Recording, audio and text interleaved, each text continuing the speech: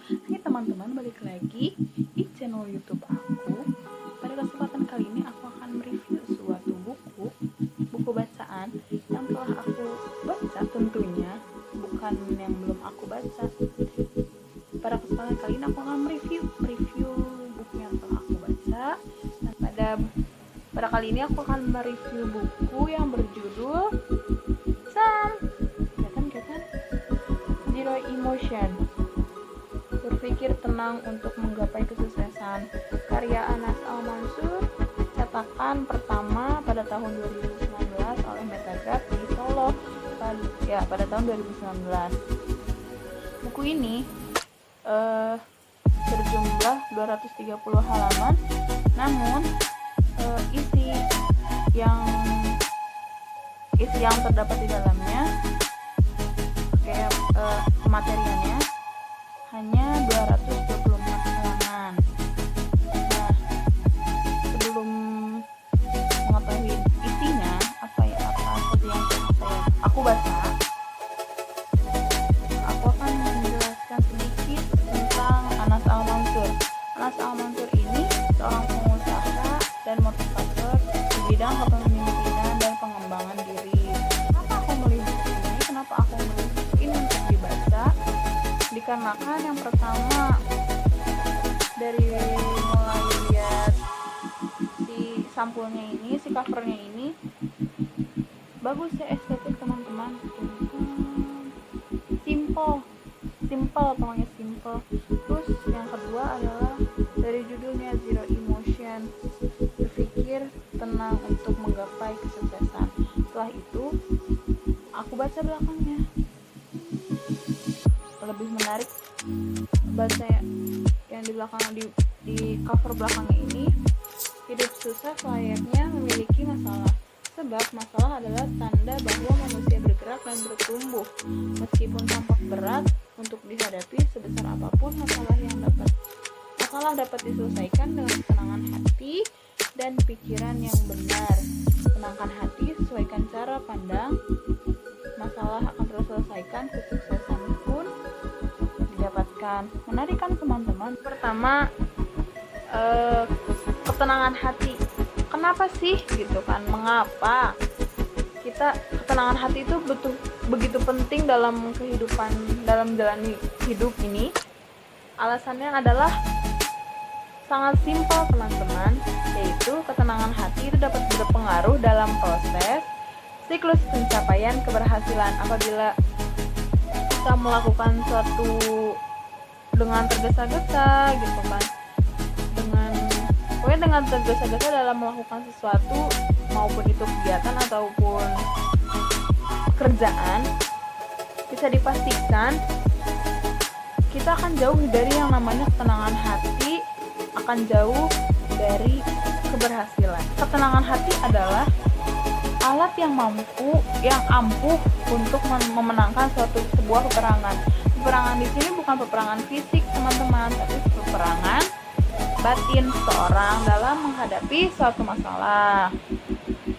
Perang batin juga bisa membuat kita khawatir, marah, arogan, benci, dan beragam hal negatif lainnya yang akan berdampak negatif ke tubuh kita juga. Untuk mendapatkan ketenangan hati, kita harus bersedia melihat ke dalam diri kita sendiri dan fokus pada niat yang berasal dari dalam diri, bukan dari luar, dari orang gitu. Ya, waktu adalah fondasi kesuksesan. Ya, ini sudah tidak lazim untuk didengar. Jadi waktu adalah emas. Jadi pergunakan waktu sebaik-baik mungkin. Nah, aku akan mengingatkan kembali kepada teman-teman mengenai 5 perkara sebelum datangnya 5 perkara. Yang pertama, muda sebelum tua, sehat sebelum sakit, luang sebelum sibuk, kaya sebelum miskin, hidup sebelum mati. Nah, 5 perkara ini telah disampaikan gitu loh kepada kita, dan emang sudah lazim kita dengar. Nah, dari 5 perkara ini menjadi patokan betapa berharganya waktu yang kita miliki. Jadi gunakan waktu dengan sebaik-baik mungkin, gunakan dengan hal positif, jangan melakukan hal yang negatif karena akan menyia-nyiakan waktu. Selanjutnya aku akan menjelaskan tentang manajemen diri. Manajemen diri ini ada manajemen diri yang baik, ada manajemen diri yang buruk. Yang pertama aku akan menjelaskan manajemen diri yang baik. Manajemen diri yang baik akan menghasilkan hal yang baik seperti yang diharapkan, apalagi menentukan tujuannya yang sudah sangat terukur dan diikuti program atau perencanaan yang baik. Nah, dengan cara kita melakukan manajemen diri yang baik ini, tentunya kita harus membuat planning, dan planning ini bagaimana cara planning ini atau to-do list yang telah kalian buat itu dapat terlaksanakan. Yang pertama, kamu harus konsisten dengan to-do list yang pernah kamu tulis. Yang kedua, jangan mulai dari yang tersulit, mulailah dari yang termudah, karena dengan seiring berjalannya waktu, yang sulit to-do list kalian yang bagian tersulit itu akan mudah tersampaikan. Selanjutnya itu komunikasi diri dengan ikhlas. Maksudnya itu keberhasilan seorang banyak dipengaruhi oleh cara berkomunikasi. Tapi kebanyakan orang menganggapan bahwa dengan berkomunikasi selalu identik dengan berbicara dengan 2 orang atau lebih. Akan tetapi, teman-teman, berkomunikasi dengan diri sendiri jauh lebih penting karena akan menunjukkan kepada kita siapa diri kita sebenarnya.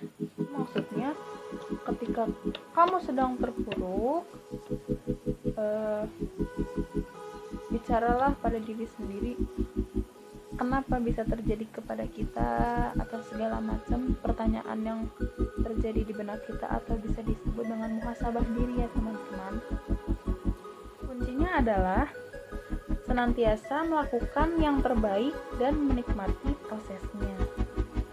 Jika dirangkum, tugas kita di dunia dalam menjalani proses kehidupan sebenarnya ada 2 dalam buku ini. Yang pertama adalah berusaha, yang kedua adalah berdoa.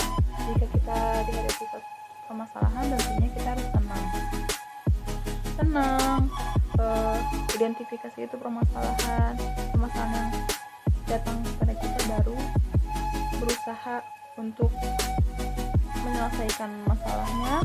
Lalu ketika menurut kita sudah selesai, kita berdoa, apakah masalah ini benar-benar sudah selesai atau belum. Jadi ini komunikasi kepada diri sendiri. Maksudnya apa sih gitu kan? Nah, komunikasi diri di sini maksudnya adalah komunikasi antara pikiran, perasaan, jiwa, dan hati, sehingga bisa saling mendukung, saling mengerti, saling memahami, dan menciptakan satu kesatuan yang buat agar berjalan sesuai apa yang diharapkan. Jika salah satu tidak mendukung dari yang keempat tadi, dari pikiran, perasaan, jiwa, dan hati itu tidak menjadi satu kesatuan, jalan mencapai keberhasilan pun akan terhambat. Itu adalah deposit sukses. Itu maksudnya deposit sukses ini berarti tabungan berjangka untuk meraih kesuksesan. Elemen apa yang akan kita bawa untuk kemudian hari. Di sini ada, kalau nggak salah ada 5. Coba aku cek dulu ya. 6 ternyata 6. Yang pertama adalah pikiran. Tentu kita harus memiliki pikiran yang positif dibandingkan negatif. Ya. Yang kedua, kegagalan. Nah, kegagalan ini menjadi tabungan untuk kesuksesan loh teman-teman. Jadi jadikanlah kegagalan sebagai pemicu semangat dan motivasi untuk bangkit kembali dari keterpurukan. Ketika kita mengalami suatu kegagalan, otomatis namanya juga manusia, kita akan bercerita kepada teman dekat akan apa yang harus aku lakukan ketika mengalami kegagalan ini. Tapi teman-teman, ada motivasi yang paling mujarab kalau kata aku ya. Mujarab itu yang paling mujarab adalah motivasi kepada diri kita sendiri. Motivasi bahwa kita bisa, walaupun memang awalnya kecewa dengan kegagalan yang kita lalui, kita harus ikhlas yang pertama, dan kita harus memotivasi diri kita sendiri bahwa kita bisa melakukan hal itu kemudian hari, walaupun beberapa tahun yang akan datang. Terus yang ketiga, keyakinan. Keyakinan ini adalah tabungan energi positif tentunya ya. Kita harus yakin bahwa kita bisa melakukan hal itu. Yang keempat, fokus. Yang kelima, memiliki keberanian. Terus, dan yang terakhir adalah kesabaran. Kesuksesan ini nggak sebentar prosesnya teman-teman, tapi dia seperti tangga. Kita harus melalui rintangan-rintangan. Jadi kita terus sabar ketika kita ingin sukses, kita harus bersabar. Nah, ya itulah deposit kesuksesan yang perlu kita ketahui. Apabila kita menginginkan sebuah kesuksesan, mulailah dari sekarang. Nah, sudah teman-teman, alhamdulillah ya, begitu yang bisa aku sampaikan tentang buku ini.